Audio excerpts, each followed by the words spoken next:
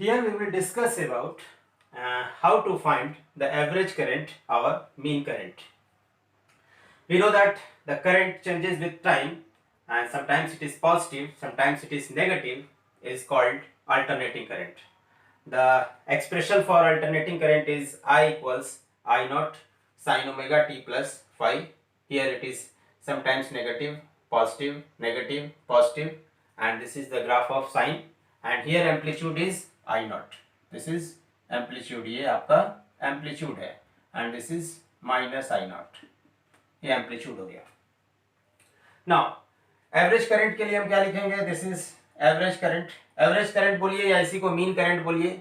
आई बार देते हैं ऊपर में, and this is here 0 to t I dt divided by here 0 to t dt. तो 0 to t को हम अगर इंटीग्रेट करेंगे तो you will get directly t. तो ये हमारे पास आ जाएगा 1/t, जो कि कांस्टेंट है, बाहर कर सकते हैं. And t is the time period to complete one oscillation. Time period and frequency are reciprocal of each other. तो अब 1/t यहाँ पे लिखें. अब इसको इंटीग्रेट करते हैं. This is 0 to t, this is I dt. अब इस फॉर्मूला को यूज करके हम एवरेज करंट या मीन करंट निकाल सकते हैं. Here I equals I naught sine omega t plus five.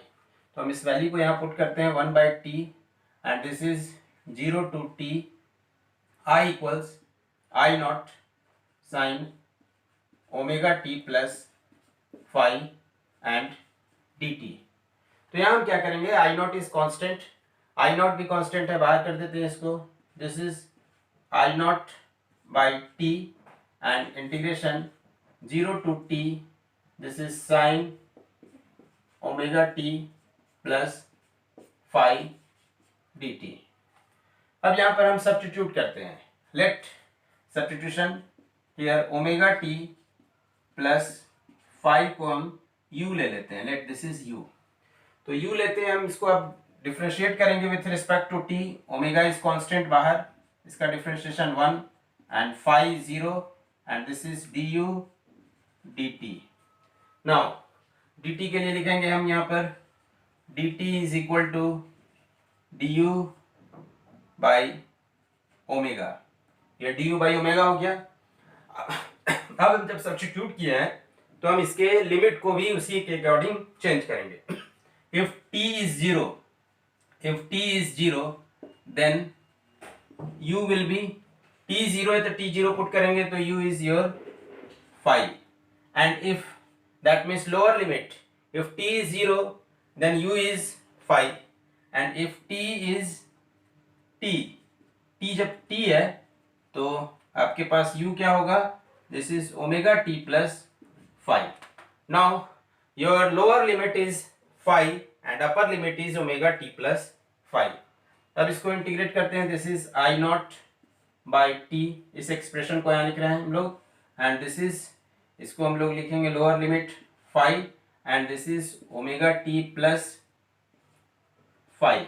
This is, and this is sine, this will be u, इसकी जगह u लिख देते हैं, और dt की जगह पे हम लिखेंगे du बाई ओमेगा. तो फिर से ओमेगा को बाहर करेंगे और साइन u का इंटीग्रेशन हो गया आपके पास. This is I naught t omega sine u minus cos t minus cos u, minus cos u, minus यहाँ लिख दिया हमने cos u. अब इसको लिमिट को पुट करेंगे. This is 5 and this is omega t plus 5. Now put the value. This is minus I naught by t omega, and this is cos omega t plus 5 minus upper limit minus lower limit, and this will be cos 5. ये हो गया आपका cos 5. Now your term is I mean equals I naught t omega cos omega t plus 5 minus cos 5, and we know that t is equal to 2 pi by omega. Time period equals to 2 pi by omega. So you can write this is minus I naught t omega, and this will be cos omega into 2 pi by omega plus omega t plus this is phi, and this term minus this is cos phi. This will be cancel out, omega omega, and here this is minus I naught t omega, and this is cos 2 pi plus phi minus cos phi, and other trigonometric result is cos 2 pi plus phi is equal to cos phi from trigonometry. That means you can write minus I naught t omega, and this is cos phi minus cos phi is equal to 0. Ultimately this is 0. That means you can say mean current in one cycle, this is one cycle 0 to 2 pi, ये आपका one cycle है. इस one cycle के लिए अगर हम देखें तो मीन करंट विल बी 0. देखिए जितना पार्ट आपका पॉजिटिव है उतना ही नेगेटिव है. तो in one cycle mean current is 0. You can write in one cycle और time period mean alternating current, mean alternating current value is 0. This will be 0. तो board point of view से इस तरह के क्वेश्चन आते हैं आपको कि show that for alternating current in one cycle mean value is 0. तो इसको हम इस तरह से आप लिख सकते हैं. Now we are going to find the mean square current. What is the value of mean square current? And for this alternating current, I equals I naught sin omega t plus phi. The instantaneous current I could be positive or negative. This is instantaneous current. But always remember, the quantity I square is always positive. This is always positive. Square is always positive. Its average value will be also positive. Its average value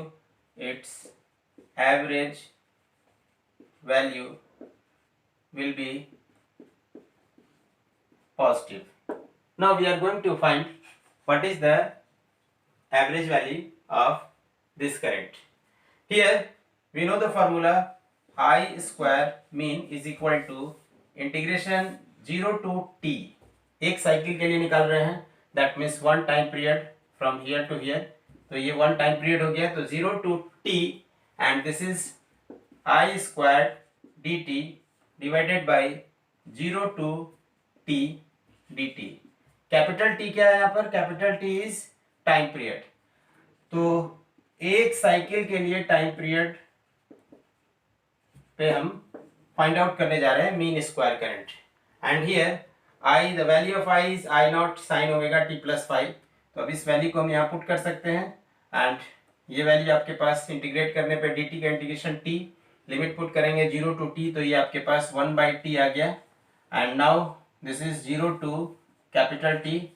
I naught put कर दिए, I naught sine omega T plus 5 and D T, और इसका square तो हम square दे दिए. I not is constant, तो उसको हम बाहर कर सकते हैं. तो आई नॉट को हम बाहर कर दिए. This is I naught square divided by T and this is 0 to capital T sine square omega T plus 5 D T. And we know that from trigonometry sine square theta is 1 minus cos 2 theta by 2. Sine square theta is equal to 1 minus cos 2 theta by 2. तो इस formula को हम use करेंगे यहाँ पर. तो इसको लिख सकते हैं, this is equal to, this is I square mean is equal to, this is I naught square by T and this is 1 minus cos 2, और थीटा हमारे पास क्या है? Omega T plus 5. तो this is omega T plus 5 cos 2 theta by 2. तो 1/2 को बाहर भी कर सकते हैं, ये बाहर हो गया हमारा. And this is 0 to t and this is dt. ये टर्म हम बाहर कर दिए. अब 1 dt इसको हम बाहर करते हैं, फिर इसके लिए इंटीग्रेशन करते हैं. This is I naught square by 2t and here this is your dt. तो dt को इंटीग्रेट करते हैं 0 to t minus this is, तो इसके लिए हम लोग लिखते हैं यहाँ पर cos 2 omega t plus 5 and this is integration 0 to t and again this is dt, और ये वैल्यू आपके पास आ गया. अब हम इसको इंटीग्रेट करते हैं using substitution method. Now we will do the integration of this term. Here I square mean this is I naught square 2t, ये कांस्टेंट है इसलिए बाहर, और इसको हम इंटीग्रेट करते हैं dt का integration t and this is, ये दोनों लिमिट को हम एक साथ भी लिख सकते हैं. This is cos 2 omega t plus 5. यहाँ पर हम सब्स्टिट्यूट करके कर सकते हैं 2 ओमेगा t प्लस 5 को हम क्या करते हैं u या कुछ और टर्म ले लेते हैं, और उसके बाद हम इसको इंटीग्रेट कर सकते हैं. तो डायरेक्ट हम यहाँ लिख सकते हैं, हम यहाँ लिख दे रहे हैं direct sine this is 2 omega t plus 5 and this term is your 2 omega and from 0 to t limit. ये टर्म कैसे आया है, तो यहाँ पर मैं साइड में रफ में थोड़ा सा दिखा दे रहा हूँ इसको आपको कि this is 2 omega t plus 2 5 it is equal to u let, ये मान लिया. अब इसको क्या करते हैं, डिफरेंशिएट करते हैं विथ रिस्पेक्ट टू t. तो 2 ओमेगा बाहर, this is 1, this is constant and this is du dt. now dt is equal to du divided by 2 omega. तो हमारे पास ये जो टर्म था ये है आपके पास cos, तो इसको हमने लिया है u, दिस इज u, और dt की जगह हम लिखेंगे du by 2 ओमेगा. तो ये 1 by 2 ओमेगा बाहर हो गया, और यही 1 by 2 ओमेगा है, और cos u का इंटीग्रेशन हो गया माइनस साइन u, और u की जगह हम क्या लिए हैं, this is 2 omega t plus 2 5. तो इस टर्म को हम समझ सकते हैं कि कैसे लिखा हुआ है.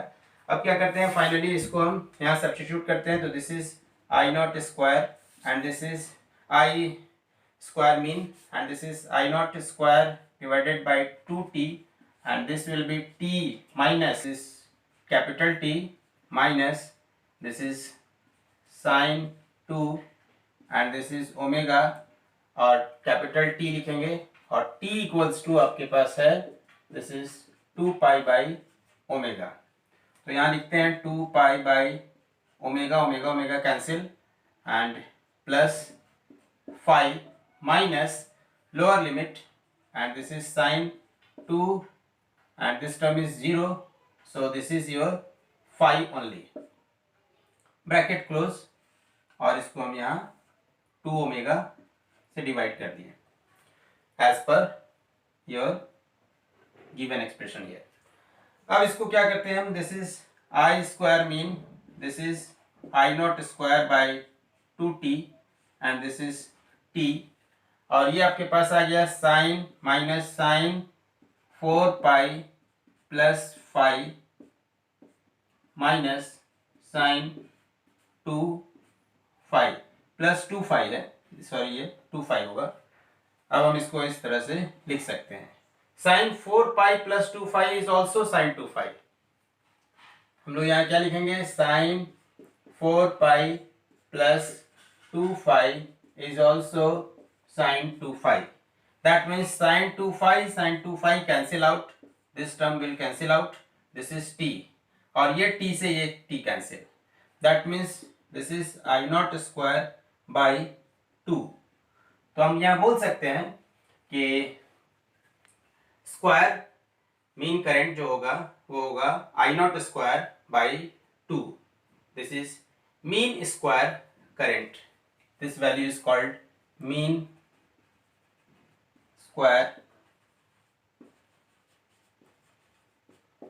Current and this is positive. Now the square root of mean current, square root of mean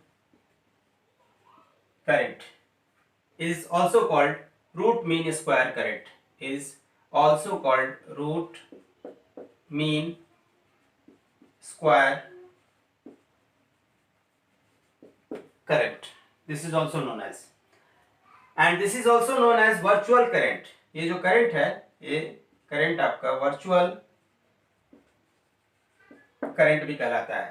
Thus the RMS current or the virtual current corresponding to the current I equals I naught sin omega t plus phi is known as I RMS, and this is equal to I square mean, and this is root under, and its value is, ये आपके पास value I naught by root two होगा. जो पहले जो current आया उसी का स्क्वायर रूट करेंगे तो you will get this. The equation for mean square current and root mean square current are derived for one time period. इसको वन टाइम पीरियड के लिए ही हम लोग क्या किए हैं, डिराइव किए हैं. They are also valid if average is calculated over long period of time. And alternating voltage may be written as, alternating voltage को कैसे लिखेंगे, तो this is equal to V equals to V naught sin omega t plus phi. This is omega t plus phi लिख सकते हैं इसके voltage को. This gives the instantaneous voltage. The mean voltage over the complete cycle is 0. Again here mean voltage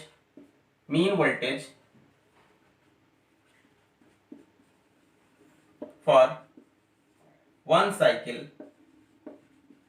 is 0. Okay, the mean square voltage over one cycle is, this is mean square, and this is equal to V naught square by root 2. Similarly here for current, तो current के साथ इसको हम similar result लिख सकते हैं. And the RMS value root mean square voltage is equal to, this is V square, and this is equal to V naught by root 2. The significance of RMS current and RMS voltage may be shown by considering the resistor of resistance or carrying a current I equals I naught sin omega t plus phi. तो आगे हम लोग देखते हैं इसको कि कैसे हम लोग कोरिलेट करते हैं और इसका क्या सिग्निफिकेंस है. Now let us find the thermal energy developed in the resistor during time t to t plus delta t. एक साइकिल में here from 0 to t and t equals your time period. एक cycle में एक resistor के through कितना thermal energy develop होगा उसी को हम लोग यहाँ पर देखते हैं. तो you can write the voltage across the resistor. Voltage across the resistor. We know that V equals IR, and I is here I naught sin omega t plus phi, and this is R. तो इसको हम एक साथ लिख सकते हैं I naught R, and this is sin omega t plus phi. This is the term. The thermal energy developed in the resistor during the time t to t plus delta t. That means delta t time interval में कितना thermal energy develop होगा, इसको count करने के लिए हम क्या करते हैं, H is equal to I square R dt, and I is here I naught sin omega t plus phi. तो इसको हम लिखते हैं यहाँ पे, this is I naught sin omega t plus phi, इसका स्क्वायर कर दिए, and this is here R and I square R, and this is dt. Now you have to do the integration from 0 to t. तो 0 to t इसको हम क्या करते हैं, integrate कर देते हैं 0 to t, and t is one time period for one cycle. एक साइकिल में वन टाइम पीरियड या फिर एक साइकिल को कंप्लीट करने में जो टाइम लगा उसको टाइम पीरियड कह रहे हैं. तो this is 0 to t, and this is here I square R dt. तो I आपके पास है, इसको लिख लेते हैं, this is I naught square sine square omega T plus phi and this is R D T, और इसको हम क्या करते हैं 0 to t इंटीग्रेट कर देते हैं। तो कांस्टेंट टर्म को बाहर करेंगे, this is I naught square R and integration 0 to t and this is sine square, this is omega T plus phi and this is D T.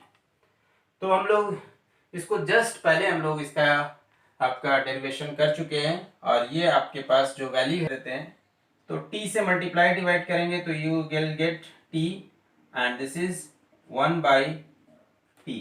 ये multiply divide करने पे तो आप इसको ऐसे लिख सकते हैं, rt को हम बाहर कर दिए rt and this is here, इस टर्म को हमने बाहर कर दिया, और ये आपके पास आ गया this is I naught square and this is sine square I naught square sine square omega T plus this is phi and D T and 0 to t and this is 1/t and 0 to t।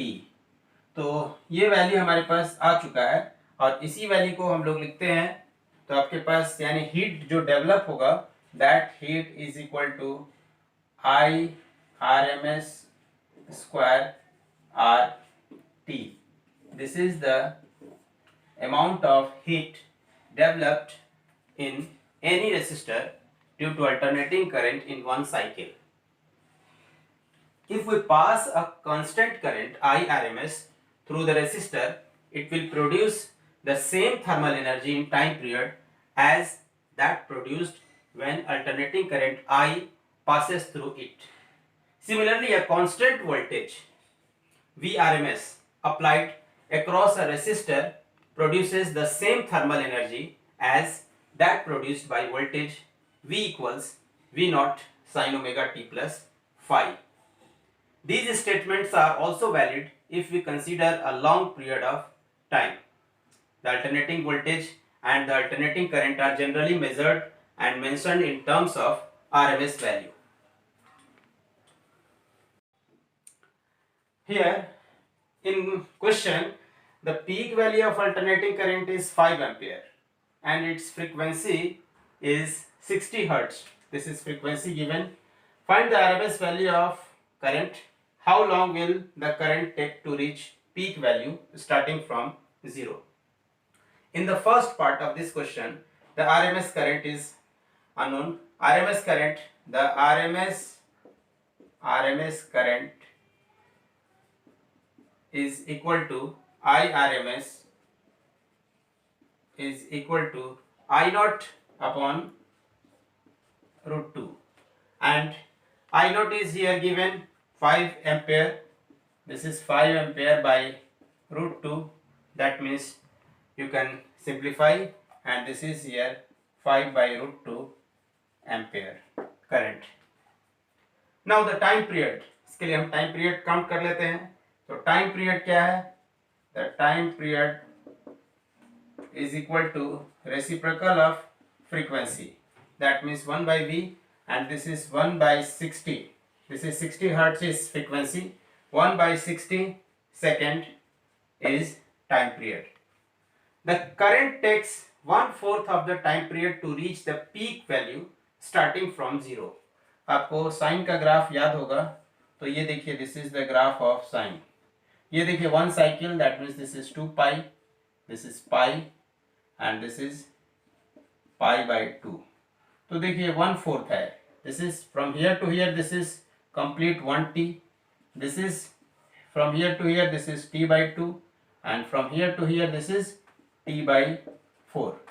So that means you can write 1/4, the current takes 1/4 of the time period to reach the peak value from starting from 0.